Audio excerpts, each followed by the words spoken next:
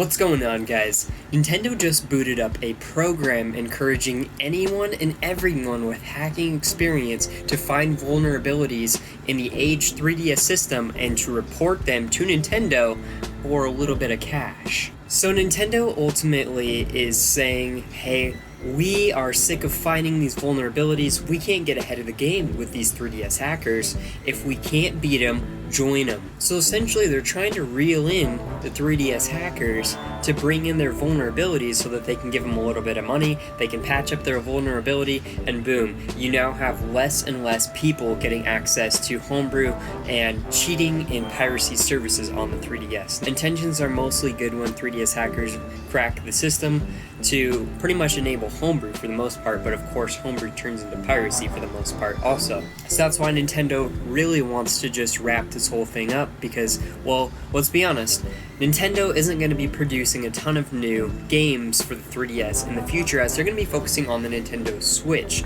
So in essence, they're going to want to rely on their old game sales to be able to have some momentum still with the 3DS. But what good does that do when everybody's hacking their 3DS and downloading their games for free? So Nintendo's logic, if we patch up all the vulnerabilities on the 3DS so people aren't getting into the hacking scene and they're just buying their games outright, then the most money can be made. So instead of fighting the green, how about we just pay the hackers?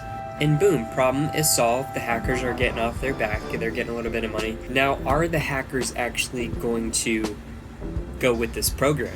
Are they actually going to give some bounty on some of these exploits that could essentially keep the homebrew and modding community going? Well, Smee, one of the biggest 3DS hackers, has already come out and said that he has no interest doing this, mostly because, well, he's not allowed to talk about the exploits, and of course he would talk about the exploits. So that's good guy Smee for you.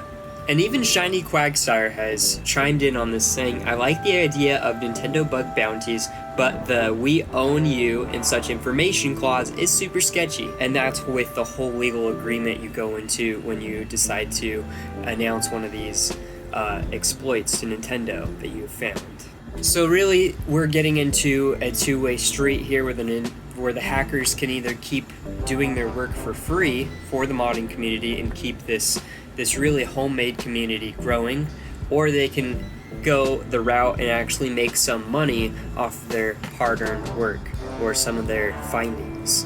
I don't know. I understand both points in this story. I understand where Nintendo's coming from. They want to patch up these holes so that they can have a smooth sail into the Switch and still have some sales going on. But I also see the hackers, the modders, the creative people wanting to utilize this console.